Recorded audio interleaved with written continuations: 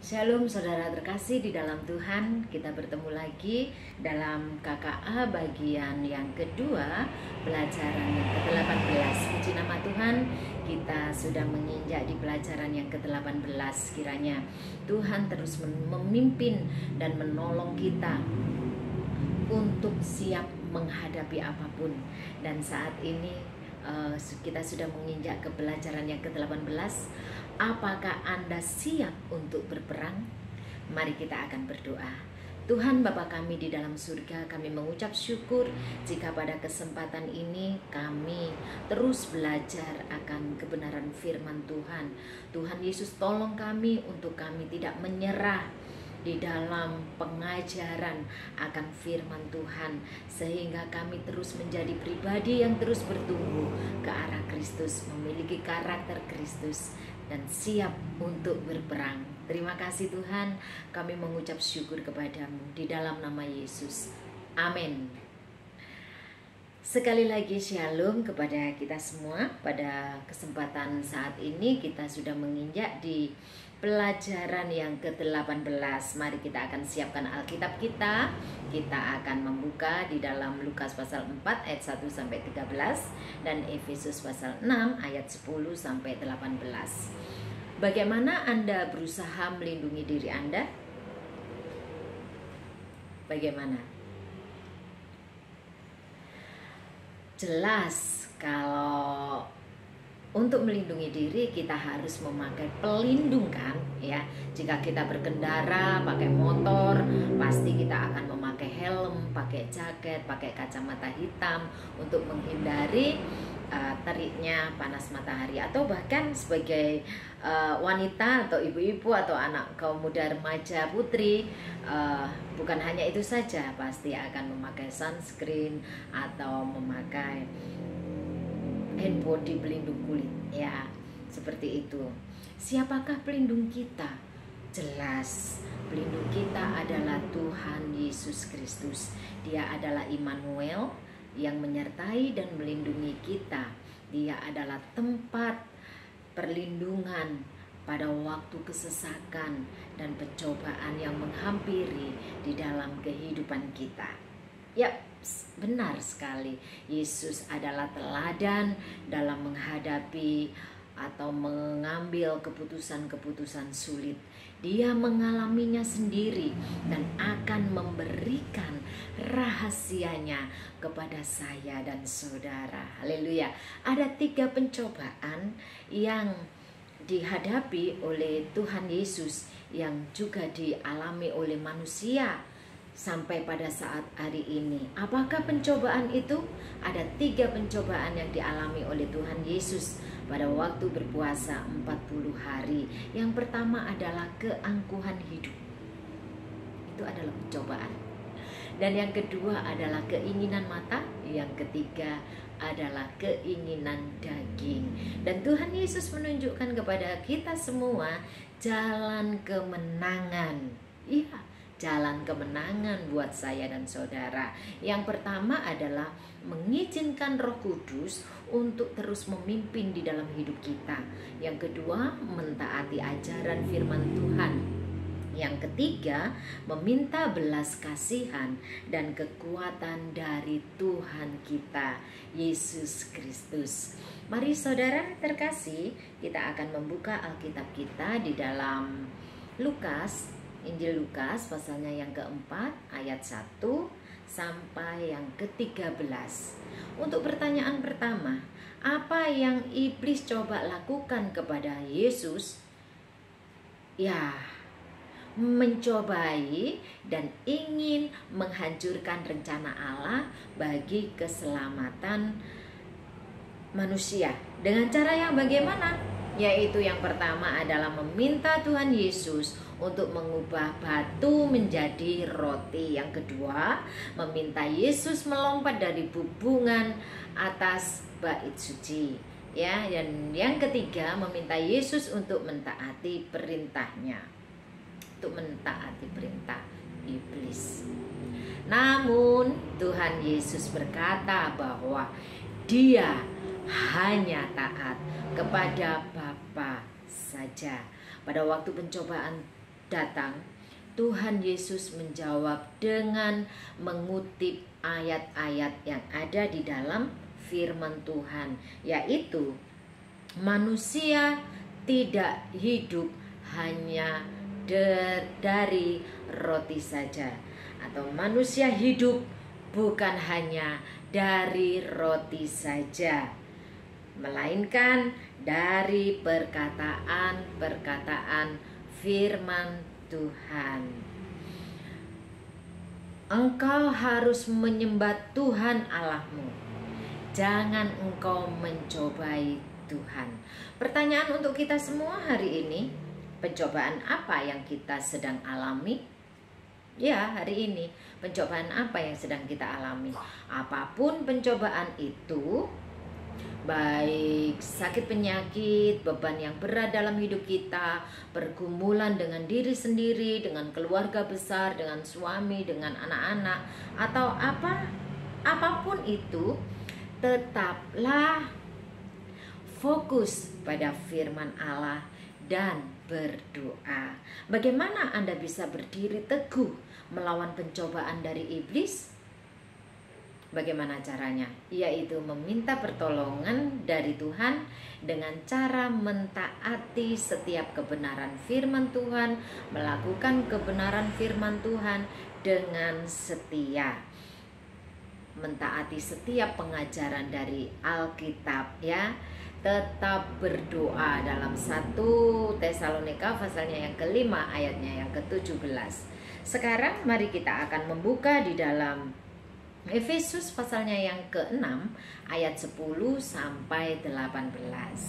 Apa yang diberikan Allah untuk kita untuk tetap berdiri teguh melawan iblis?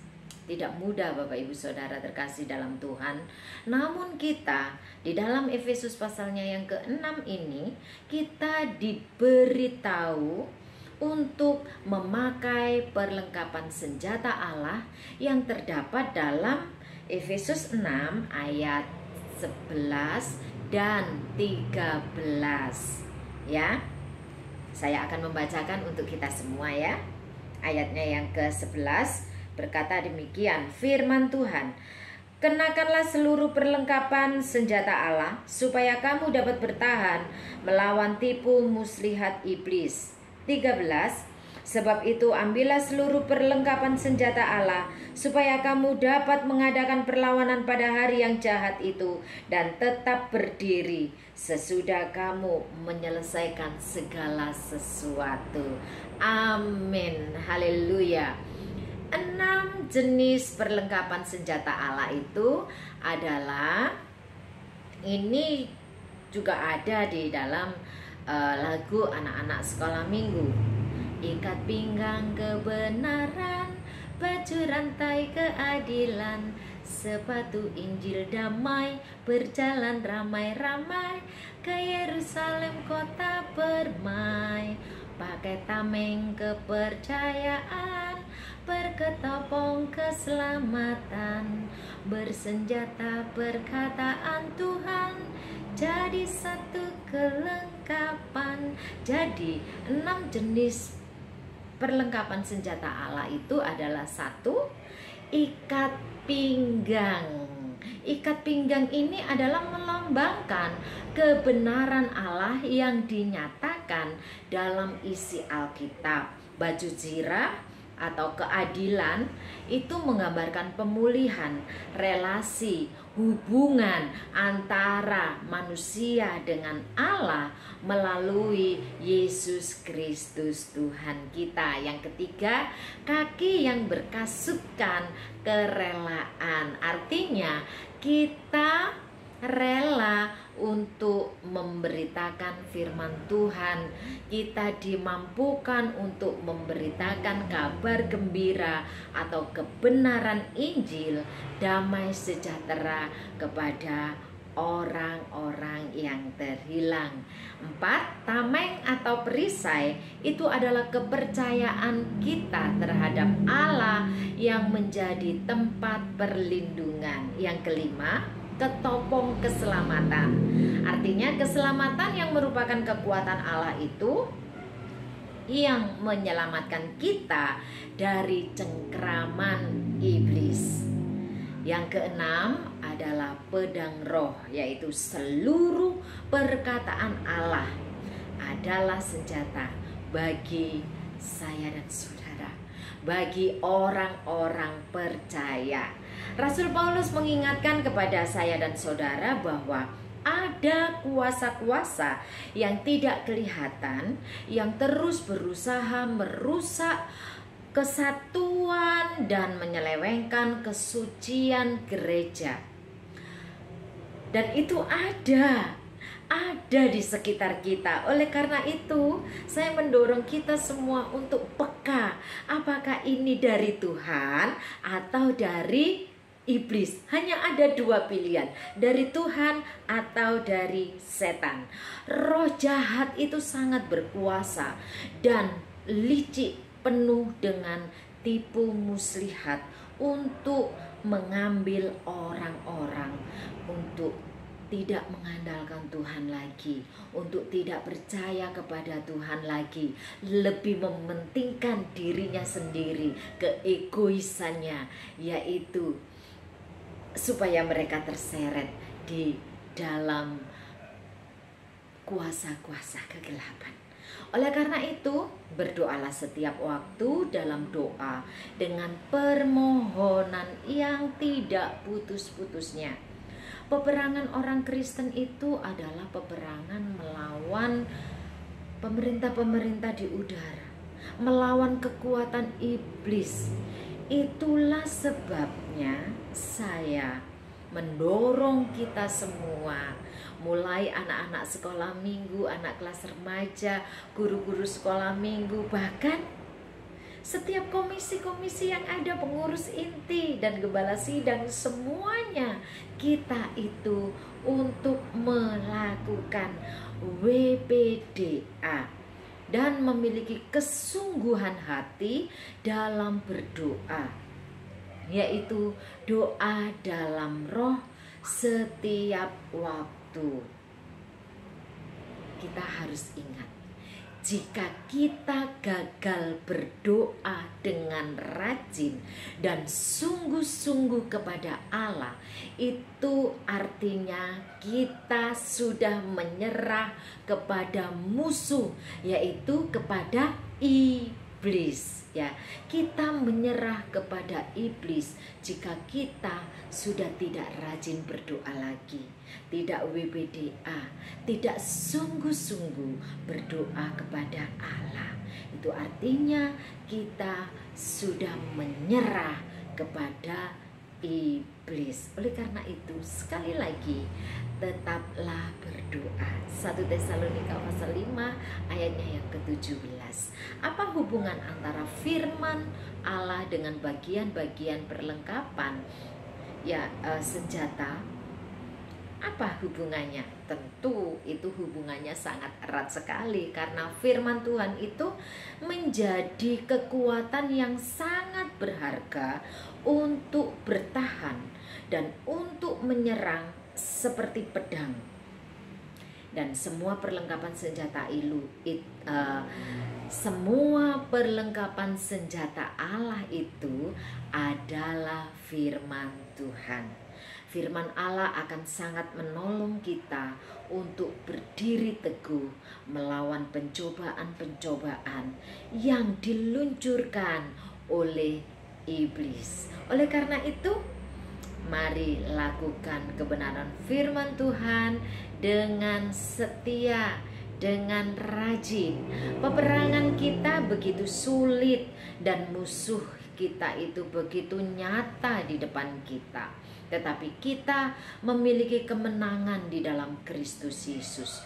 Untuk dapat berdiri teguh, miliki waktu pribadi dengan Allah, miliki waktu pribadi dengan Allah. Setiap orang harus memiliki waktu pribadi dengan Allah. Suami harus WPDA, istri harus WPDA, anak-anak harus WPDA, nenek harus WPDA, kakek harus WPDA, semua orang percaya harus WPDA, harus membangun relasi yang intim dan akrab dengan Tuhan. Bisa ya Bapak Ibu Saudara terkasih dalam Tuhan, saya mendorong kita semua untuk WPDA. Saya melihat dari anak-anak kelas kanak-kanak, mereka antusias sekali dalam WPDA. Mari jadikan semuanya itu menjadi kebiasaan yang akan membawa kita untuk memiliki karakter seperti Kristus. Dan ketika kita sudah WPDA, kita memakai perlengkapan senjata dari Allah, kita siap untuk berperang. Jika kita masih belum memakai perlengkapan senjata Allah, kita tidak akan bisa berperang. Jika kita memaksakan berperang, kita akan kalah. Oleh karena itu, kita akan menjadi orang-orang yang menang jika kita memakai semua perlengkapan senjata, yaitu 6 jenis perlengkapan yang sudah kita pelajari pada hari ini, pada KKA yang ke-18 ini. Saya berdoa supaya kita semua dimampukan untuk siap berperang. Mari kita akan berdoa menutup pelajaran KKA bagian 2, pelajaran yang ke-18. Terima kasih Tuhan Yesus, kiranya Engkau memampukan kami memakai setiap perlengkapan senjata yang Tuhan sudah sediakan bagi kami. Ajar kami untuk terus melakukan kebenaran firman Tuhan dengan setia, dengan rajin. Singkirkanlah segala keangkuhan yang ada di dalam diri kami, keinginan mata, keinginan daging, sehingga kami boleh melawan setiap kuasa-kuasa yang diluncurkan oleh iblis. Kiranya Tuhan terus memberikan hikmat kepada kami semua untuk tetap taat kepada firman Tuhan, memakai setiap perlengkapan senjata Allah untuk melawan setiap kuasa-kuasa jahat. Terima kasih Tuhan, mampukan kami untuk menjadi saksi-Mu, memakai sepatu Injil, berjalan memberitakan kebenaran firman Tuhan, untuk menceritakan Injil damai sejahtera kepada orang lain. Terima kasih Tuhan Yesus, memberkati setiap KKA yang ada. Kami serahkan ke dalam tangan kuasa-Mu, KKA kasih, KKA sukacita, KKA damai sejahtera, KKA kebaikan, dan KKA yang lain kami serahkan ke dalam tangan kuasa-Mu. Terima kasih Tuhan Yesus, kami menyerahkan setiap gereja Tuhan, setiap jemaat Tuhan ke dalam tangan kuasa-Mu. Di dalam nama Tuhan Yesus kami berdoa, kami mengucap syukur. Haleluya, amin. Sampai bertemu dalam KKA berikutnya di pelajaran yang ke-19. Tuhan Yesus memberkati.